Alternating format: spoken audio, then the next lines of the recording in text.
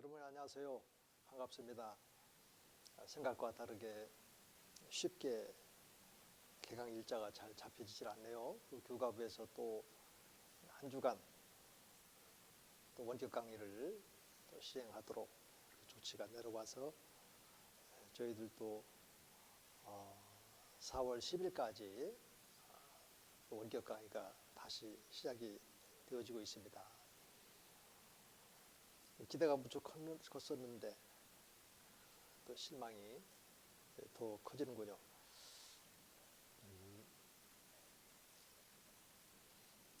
여러분들 계속 원격 강의를 들으시는데 불편함이 많이 있으시죠? 본의 아니게 송구스러운 마음이 앞서고 또 강의가 좀 더 진지하고 또 강의를 하면서 하나님의 그 마음도 헤아리면서 하나님께 존귀와 영광을 올려드리고 또 목회 현장이 어떤지 좀 두루 살피면서 다소나마 여러분들에게 도움이 되는 그런 강의로 나아가고 싶은데 그러니까 생각대로 잘 되지 않네요. 그럼에도 불구하고 여러분들이 잘 이해를 해주셔서 무엇보다도 참으로 감사함을 드립니다. 불편함이 무척 많았을 텐데 인내해 주시고 또 이해해 주셔서 고맙고요. 3주째 계속 출결 문제에 대해서 말씀을 드렸습니다. A4 용지 절반 정도로 소감을 간단하게 작성을 하시고 대면 강의가 있는 그날 한 묶음으로 이렇게 묶어서 제출해 주면 되겠습니다. 그리고 보니까 이제 과제물이 1번이 있고 2번이 있고 1번은 4월 초에 제출하도록 되어 있었는데 서로 만날 수가 없다 보니까 용이하지가 않고 그래서 한 주 뒤로 연기를 할 수밖에 없겠죠. 대면하는 날 제출해 주시면 되니까요. 그래서 미리 과제물을 해 두셨다가 대면 강의가 있는 그날 소감문하고 같이 제출해 주시면 제가 체킹을 해서 과제 출석과 또 과제에 대해서 챙겨드리도록 하겠습니다. 우리가 지난 시간에는 중점적으로 계시론에 대해서 살펴봤습니다. 이 과목은 또 조신학 특강이고 하다 보니까 계시에 대해서 장황하게 살필 수가 없었고 계시와 또 하나님의 말씀 그리고 예언 그리고 성경과의 관계에 대해서 살펴보면서 오늘날 계시와 또 은사에 대한 이런 차이점에 대해서 명확하지 않은 데에서 오는 잘못된 그런 계시관 때문에 더러 여러 그 목회자님들 가운데 어떤 그 불미스러운 일에 오르내리고 하는 그런 경우가 참 많습니다. 예컨대 직통계시라고 하는 이런 말들을 남용을 하거나 때로는 오해해서 사용하는 이런 경우가 참 많죠. 그래서 계시는 또 예언의 말씀 또 하나님의 말씀과 동일한 개념이기 때문에 신약에 오면 예언이라고 하는 말 그리고 계시라고 하는 말이 나오는데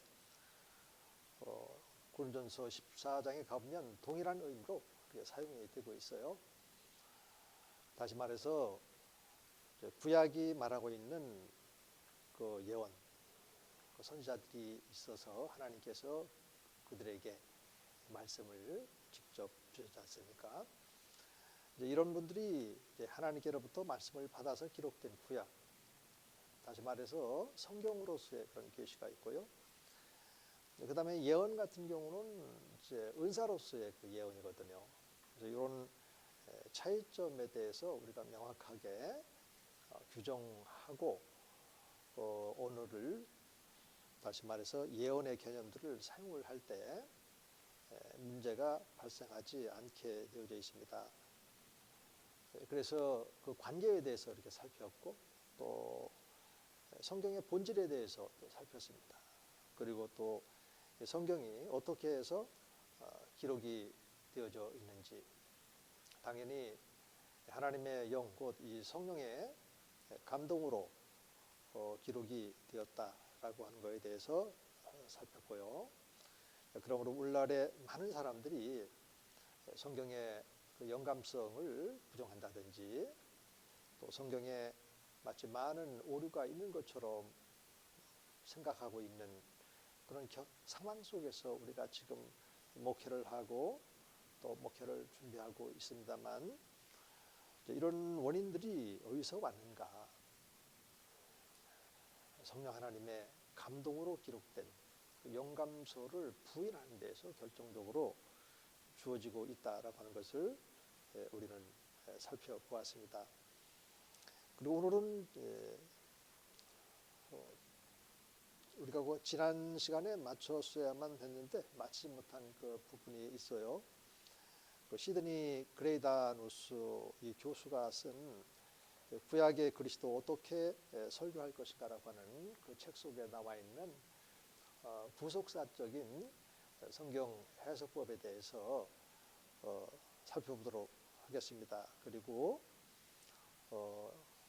성경과 신론, 그래서 하나님 그리고 삼위일체 교리에 대해서, 그리고 삼위일체 교리가 오늘 우리 목회 현장에서 그리고 또 성도님들이 신앙생활에서 어떻게 적용되어져서 나타나고 있는지, 이런 부분들에 대해서 살피면서 삼위일체 한 분 하나님 중심의 그런 신앙생활을 할 수 있도록 영적으로 양육시켜서 무장시켜 나가는 그런 기회로 이 시간을 활용하기를 원합니다. 이 시드니 그레이다누스 교수가 쓴 구약의 그리스도 어떻게 그 설교할 것인가, 이 책에서는 일단 이 구속사 자체가 삼위일체 한 분 하나님의 그 영원한 그 계획 속에서 구속사, 다시 말해서 구원의 역사의 핵심이 그 예수 그리스도로 나타나고 있습니다.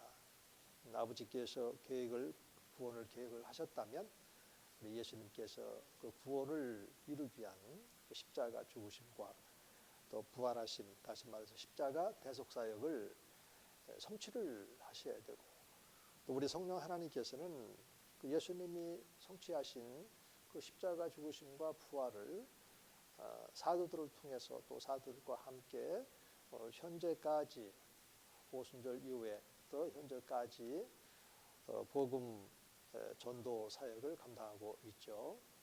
그래서 에베소 1장 그 13절에 보면 그 복음을 가르쳐서 진리의 말씀, 곧 구원의 복음이다, 이렇게 증언을 하고 있습니다.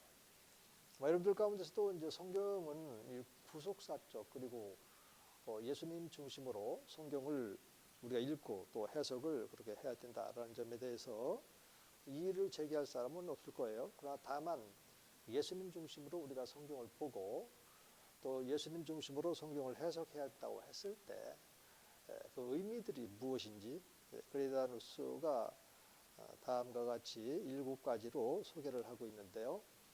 큰 주제별로 살피면서 넘어가도록 하겠습니다. 이 부분들에 대해서 여러분들이 목회자로서 잘 감당하시고 있기 때문에 그렇게 간단하게 정리하면서 넘어가도록 하겠습니다. 예수 중심의 그 성경 해석 구속사적인 그런 관점에서 예수님이 이제 에베소 1장 4절에서부터 그 7절까지 보면 순차적으로 되어 있습니다만 우리가 이제 이해를 하기 위해서 그리스도 중심의 성경 해석이 왜 되어야 되는지 이 부분을 중심으로 해서 성경을 본다면 7절부터 읽어서 이제 4절까지 거슬러 올라가는 것이 더 좋겠다 하는 생각이 듭니다. 이 7절에는 하나님의 그 은혜의 풍성함을 따라 그 피, 그리스도의 피죠. 그리스도의 피로 속량고 제사함을 주셨습니다. 6절로 가면 왜 그렇게 제사함을 주셨냐면 거저 주신 바 은혜의 영광을 찬송케 하렵니다. 이런 말씀이 나와 있죠. 그리고 이제 4절로 가면은 5절로 가면 그리스도로 말미암아 우리가 하나님의 아들들이 되었다. 4절로 가면 창세 전에 이런 일들이 계획이 됐는데 이제 그리스도 안에서 그리고 그 사랑을 인하여 거룩하고 흠이 없게 하려고 그리고 이제 3절로 올라가면 우리 주 예수 그리스도의 아버지 하나님께서 하늘에 속한 모든 신령한 복을 주셨다. 다시 이제 3절부터 7절까지 또 내려올 수도 있고요.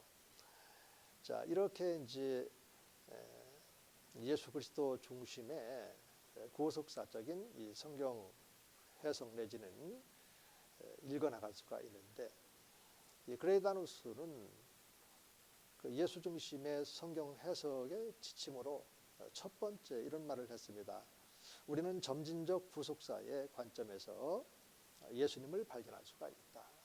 그래서 점진적 계시라고 했을 때는 크게 구약과 신약 이렇게 나눌 수가 있죠. 구약은 오실 예수님에 대한 예언의 말씀들로 가득 차 있고요. 창세기부터 해서요. 그리고 이제 신약은 이제 예수님이 오셔서 구속사역을 성취하기 위한 성육신과 고난 그리고 십자가 그리고 죽으심과 부활로 승리하시고 그리고 40일 동안 하나님의 나라를 전파하면서 예수님이 친히 다시 살아나셨다라고 하는 것을 증거해 보이셨다고 그렇게 말씀을 하셨습니다. 그리고 이제 둘째는 약속과 성취의 관점에서 예수님은 발견한다. 약 한 60여 가지 정도가 예수님의 구체적으로 이 십자가와 이제 부활 또 십자가에서 우리 주님께서 하시게 되는 그런 말씀들 또 이제 부활을 통해서 이제 성취가 되어지는 이런 내용들을 포함해서 약속 그리고 또 예언된 그런 말씀들이 약 한 60여 가지 정도로 제가 파악할 수가 있었습니다. 물론 그 이상 이제 더 있죠. 이제 더 있는데 그 십자가 중심으로 봤을 때 그리고 부활 중심으로 봤을 때 그렇게 이제 발견할 수 있었습니다. 그리고 셋째로 모형론으로서 그 예수님을 이렇게 발견할 수가 있다. 그러니까 이제 구속사는 창세 전에 예수 그리스도가 예정이 있었기 때문에 당연히 에덴 동산에서도 예수 그리스도가 보여야 되고 또 구약에서도 보여야 되는데 이것이 모형으로 이렇게 보여졌다라는 겁니다. 예컨대 아담과 하와가 있고 또 하와가 아담의 갈빗배리가 옆구리에서 갈빗대 하나 하나님이 주에서 하와를 창조하셨지 않습니까? 이것이 사도 바울의 서신에서 가보면 다시 말해서 이제 에베소서 5장 27절부터 32절에 보면 모형론적으로 그 남편과 아내가 어떻게 서로 존경하고 사랑해야 될 것인지 다루면서 비밀을 말한다 하면서 예수 그리스도와 주님의 몸된 그 교회와의 관계로 귀결되어지는 것을 보게 됩니다. 그리고 또 이제 로마서 5장 14절에도 보면은 그 아담은 오실자의 모형이다 이런 말씀이 나오지 않습니까? 또 히브리서에 가면은 또 그런 모형에 관한 그 말씀들이 이제 있는데요. 이렇게 모형론적으로 예수 그리스도 그러니까 예를 들어서 이제 시내 광야에서 그 이스라엘 그 백성들이 마실 물이 없어서 모세에게 항의를 하고, 또 모세는 하나님 앞에 나아가서 하나님, 제가 저 사람들을 낳지 않았지 않습니까? 그런데 저 사람들이 저를 죽이려 합니다. 어찌하면 좋습니까? 이렇게 하나님께 말씀드렸을 때 우리 여호와 하나님께서는 모세에게 하나님께 주신 그 하나님의 지팡이가 있었죠. 그 지팡이를 가지고 장로들을 모으고 회중들을 다 모아서 그들 앞에서 반석을 쳐서 물을 내라, 이렇게 말씀을 하셨습니다. 그래서 이제 우리 예수님이 그 모세가 그 하나님의 말씀대로 반석을 내리쳤을 때에 그 반석에서 물이 나왔습니다. 그런데 그 출애굽기 그 17장에 있는 이 사건이 그렇게 해서 이제 이스라엘 백성들이 물을 마시고, 또 그들이 기르는 짐승들도 물을 먹이고 해서 어려운 시기를 이제 극복하는 이런 장면으로 나와 있죠. 그런데 그 반석이 도대체 무엇이냐라고 했을 때, 이것이 이제 군전서 10장 4절에 보면은 반석은 곧 그리스도다, 이런 말씀이 나오는 것이죠. 그러니까 이 거듭 말씀드리지만 구속사는 이제 창세 전에 예수 그리스도가 피를 흘리시고 그 피값으로 제사함을 받도록 예정이 된 그대로 하나님께서는 아담과 하와를 통해서 구약의 이스라엘 백성들에게 모형으로 알리시는 것이고, 이 모형이 이제는 예수님이 성육신 하심으로 또 십자가 그리고 죽으심과 부활을 통해서 실제화가 되어지는 것이 아니겠습니까? 그래서 이런 이제 모형론적인 그 예수님을 이제 발견하는 일에 우리가 많은 시간을 좀 쏟아주고, 또 이 성도들에게 이런 부분에 대해서 많이 우리가 가르쳐 줘야 될 줄로 믿어요. 왜냐하면 최근에 신천지 같은 경우는 이런 이제 비유풀이라든지 또 예언, 그다음에 성취 이런 과정들을 통해서 우리가 우리도 다 가지고 있는 부분인데 이제 미처 그런 부분들에 대해서 이제 성도님들에게 가까이 다가가지 못했던 이런 부분, 이제 그들은 우리 교회의 내부를 정보적으로 다 이게 아니까 그들이 이런 가르침을 통해서 많은 사람들을 미혹하는 도구로 이렇게 사용이 되고 있지 않습니까? 그래서 갈수록 이 구속사 혹은 이 성량사적인 성경 해석에 대해서 잊혀져 가고 있는 우리 시대에 다시 한번 그 예수 그리스도를 중심으로 성경을 해석하는 성량사적 성경 해석 방법으로 돌아가서 결국은 그 예수님이 양식이 되지 않겠습니까? 그 예수님의 살과 피 말씀하시면서 피는 진정한 너희의 음료다, 이렇게 말씀하셨고, 또 예수님의 그 몸은 그 양식이라고 이렇게 말씀하셨고, 우리는 그 말씀이 영적으로 어떤 의미인지 잘 아시지 않습니까? 그래서 이런 그 주님의 마음에 좀 합한 그런 성경 해석 그리고 가르침, 이런 것들이 절실히 필요한 시대다. 구약 시대, 구약의 그 아모스 시대만 그런 것이 아니라 오늘날에도 이 말씀, 곧 예수 그리스도가 없는 기갈과 기근, 이런 것 때문에 미국에서는 이제 꽤 시간이 오래 전 얘기입니다만은 예수 선언 같은 이런 선언도 이렇게 나오게 되고, 오늘 많은 사람들이 예수님에 대해서 망각하고 살고 있다. 그리고 그리스도 없는 기독교라고 하는 이런 그 책들도 나오게 되고, 오늘 어떤 우리들의 그런 그 코로나 이런 것들을 통해서도 하나님께서 어떤 우리들에게 메시지를 주시는데 어떤 메시지를 지금 주시는지 전 개인적으로 귀를 기울이고 하나님 앞에 바로 서기를 시도하고, 우리가 목회자로서 하나님 앞에 바로 선달아가는 것은 당연히 윤리 도덕적인 그런 문제를 포함하지만 보다 더 중요한 것은 우리들의 그러한 그 말씀 연구가 지금 하나님 마음에 합하게 또 하나님 중심으로 우리가 나아가고 있는지, 또 그 말씀의 그러한 그 해석과 또 그런 적용이 하나님 중심으로 또 하나님의 뜻에 합한 또 하나님의 기뻐하시는 그런 해석과 적용으로 가고 있는지, 이런 점들에 대해서는 다시 한번 하나님과 우리 사이에, 그리고 우리 한국교회와 사이에 하나님 앞에 바로 서는 그런 기회로 삼게 되면 우리들의 목회와 또 교회가 좀 더 하나님의 역사하심 가운데 또 새롭게 성장하고 부흥할 수 있는 그런 기회도 되지 않겠나, 그런 생각을 이렇게 가져봅니다.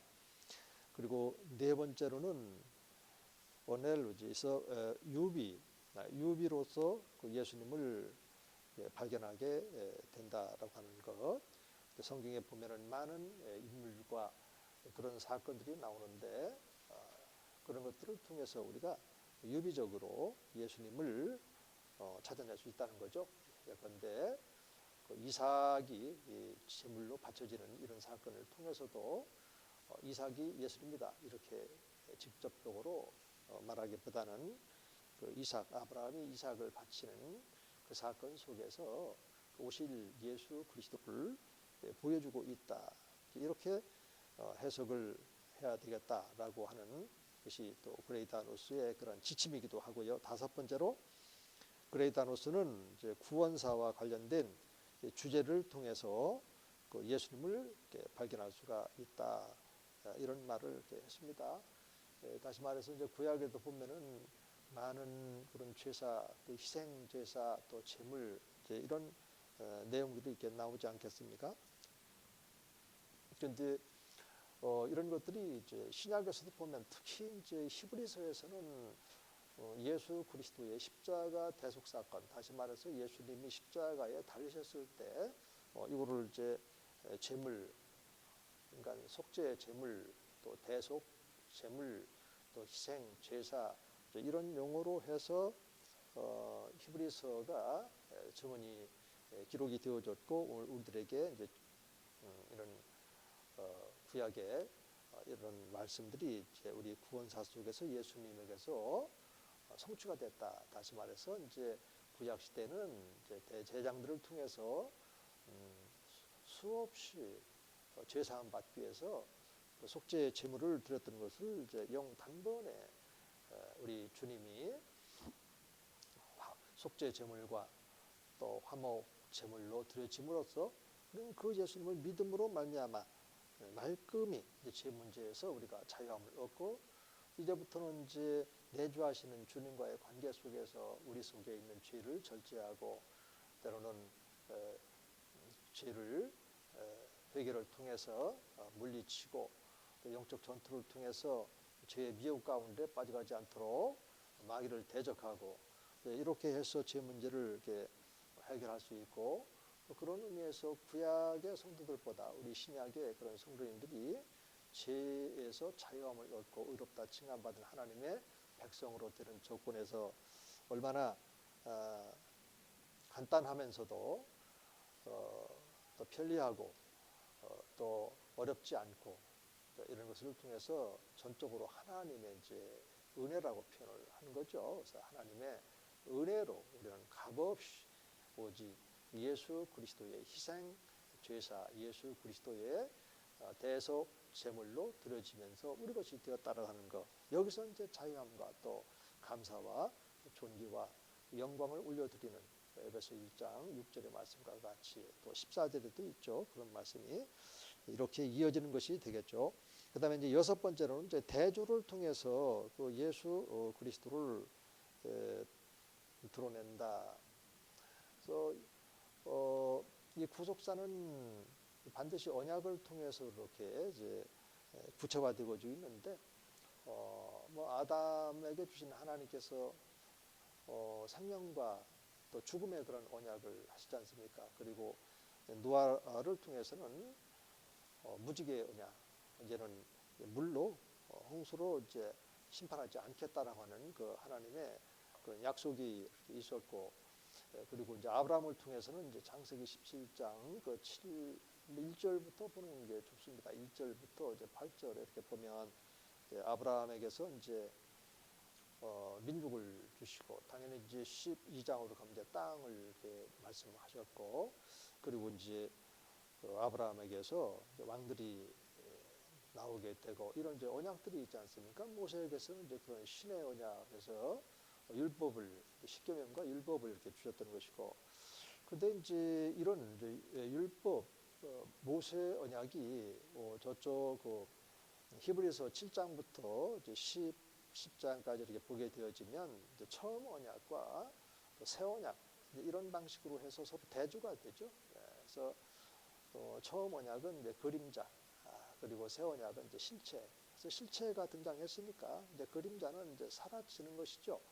그래서 이제 율법에도 율법이 폐지된 부분이 있고, 또 여전히 이제 남아 있는 이런 부분들도 이렇게 있고 한데, 기왕에 이제 남았으니까 율법은 폐지가 됐다라고 했을 때, 이것은 이제 믿음으로 그 율법의 정죄로부터 자유함을 얻고, 율법으로부터 이제 완성하신 예수 안에서 해결된 그 죄 문제와 관련돼서 이제 제사함 받은 사람들에게는 율법이 폐지가 되는 거죠.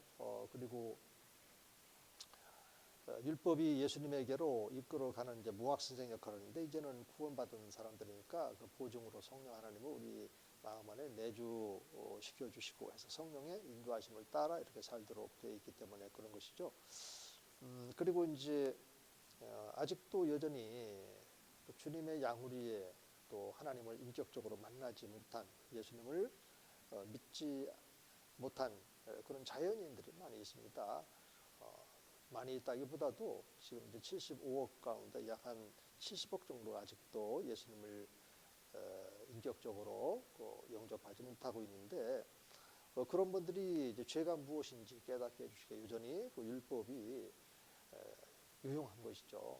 그래서 이런 문제에 대해서는 이제 뭐 올레비아누스라든지 뭐 이런 분들이 그 율법과 복음을 현저하게 이분법화 시켜서 그 율법을 전혀 의미가 없고, 이제는 복음 시대니까 이제 복음만이 의미가 있다 이렇게 말했던 루터하고, 또 이 칼빈이 율법의 제3의 사용 이런 것들을 이제 제시하면서 율법에 대해서 끊임없이 주장하고 있었을 때, 서로 충돌되고 서로 차이점을 보완하기 위해서 말씀을 연구해서 제시된 이런 겁니다.